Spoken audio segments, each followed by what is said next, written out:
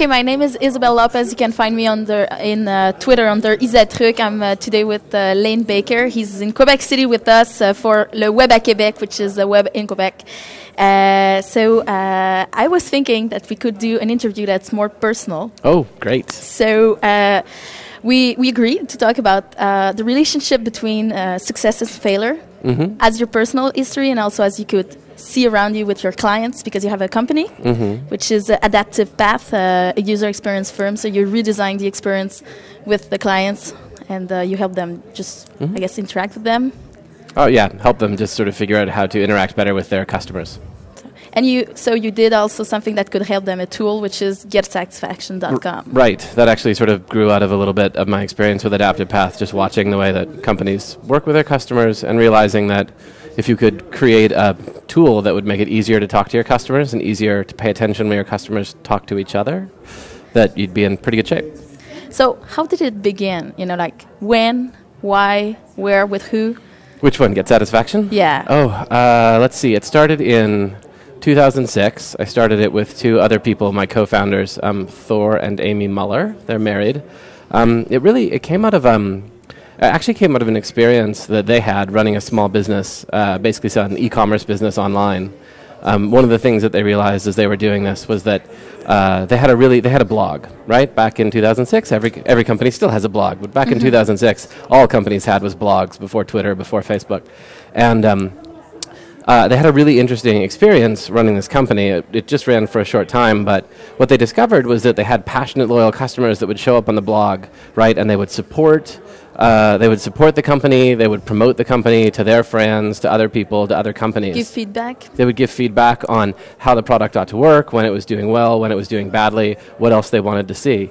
And it basically grew out of that, a recognition that if it could be that effective to interact with your customers in the comment section of a blog, if you had a whole tool like Get Satisfaction, a whole community that was oriented towards your customers and having that kind of conversation, that, you know, at the time, in theory, it seemed like it would be a really successful, really powerful tool for companies to have.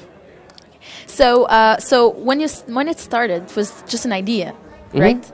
So how did you choose to do it? First to do it, go to market. Like how did it happen? Did you plan it? Because No. You didn't fail. No. Obviously, you didn't fail. So.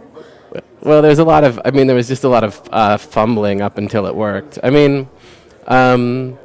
It's a good question. I don't know. We didn't think about it that much. I don't know if that's very good advice for the audience, but we didn't spend a whole lot of time thinking about it. We were just sort of charging forwards. And I think that's actually kind of what it takes to do something new. If you spend too much time thinking about, is this going to work? Oh, am I doing this or building this the right way? Oh, am I making certain that I have all of my all my ducks lined up, everything ready to go in just the right way? I think it's hard to actually make anything new.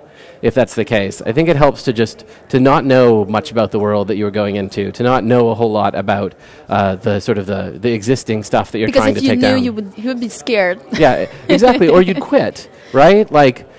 It's funny. Get Satisfaction is now part of an environment that the business press refers to as social CRM. Well, you have 50,000 companies right now. Yeah. So now, it's a real service, and it ties in with all of these much bigger services. It's a reference. Yeah. But if I had known at the time about how much work it was going to be, or all of these other things that we'd have to connect to, I don't know that I ever would have done it.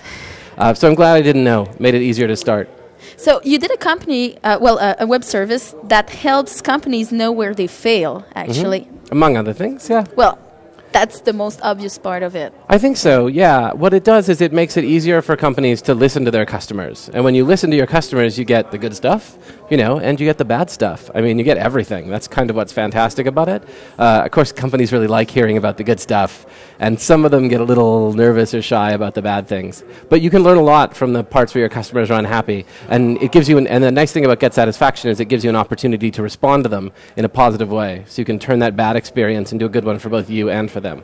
Yeah, well, in your conference, you make reference to IdeaStorm from Dell, which is all about tell us where you have a bug. Yeah, it's all about that. Give us your ideas. Yeah, no, there's a whole universe now of products and companies that recognize the value in this ongoing feedback loop, really, with their customers. And so, for you, when were the moments you've got failures that helped you improve? I don't know. I sort of think of everything as like a failure up until the moment it succeeds. It's hard to answer that question. I mean, just because most of them aren't big, most of them are small. And I think I'm sort of lucky that I don't pay as much attention to them. I think sometimes people sort of get bogged down by their failures or the first time something goes wrong. I mean, like the first version of Get Satisfaction that we put out, I guess you could kind of say that it was a failure. It didn't exactly work. I mean, it worked okay, but there were lots of things that were broken about it, and there were places where it didn't work and things that our customers needed. I would say that it was a good year into having launched Get Satisfaction before we actually felt like there was something there that was valuable. So you could argue that sort of every version up to that point was a failure, or you could just argue that that is the act of like changing or growing or iterating a product in public is basically the act of just trying to figure out what it's going to take to make it succeed. Okay, and you have a company working on the user experience, so.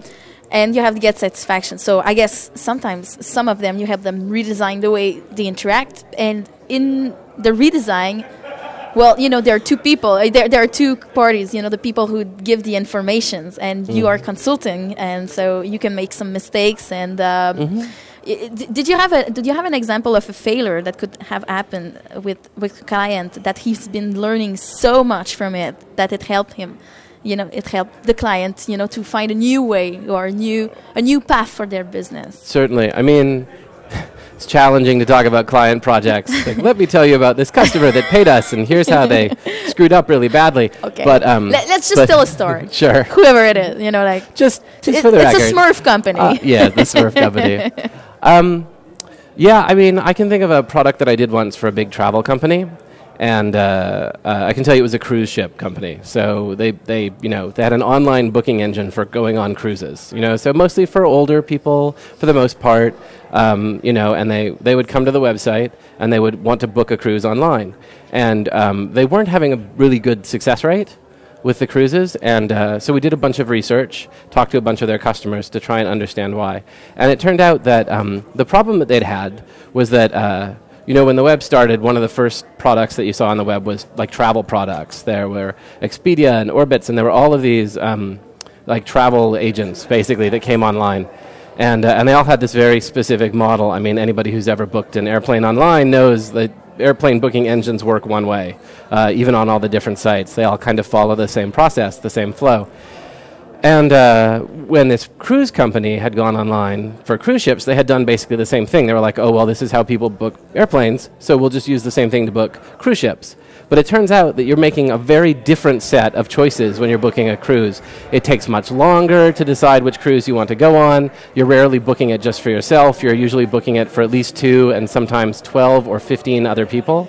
And all of this, there are a couple of other things, and all of it basically meant that when people went online to their website to book a cruise, the whole experience, although on the surface it seemed like it would be great, they weren't understood about right. The way they wanted to make their choices. Right. So they used the wrong structure.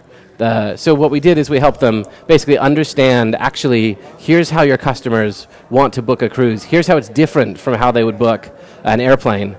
And here's how we have to redesign the interface of your site in order to support this very different process that people use. Yeah, and here are all the points where you can somehow, prove your position, like which kind of cruise you are and why. Exactly. Who else you want to go on the cruise with, how long it's going to take. Yeah. It was a neat project, and it was a surprise to us. I mean, that's what's fun about projects like that. It was a surprise to us too. I didn't know. I've never really been on a cruise, I don't think, still. So I didn't know much about the world of going on a cruise, so I learned a lot. Okay, that's very interesting. And well, you're pretty young, and you've been doing a startup. Very young. You're almost going out of high school, as I see it. And no, but what's your because the subject? I think I just look young. I don't know if I'm that young, but anyway. But the relationship between success and failure, which is the subject of this interview, well, we've been talking about your relationship with failure, which is like your basic status, if I understand, right. Until you get success. So, but how do you deal with success after that? It's funny, so in Silicon Valley, people like to make a big deal about failure. They really do. So they have all these phrases like, venture capitalists will say they'll only invest in someone if they've already failed at 2 or 3 companies because they've learned something from it. Or they say to fail fast, right? So like find your mistakes and get rid of them quickly. And I actually think failure is pretty easy.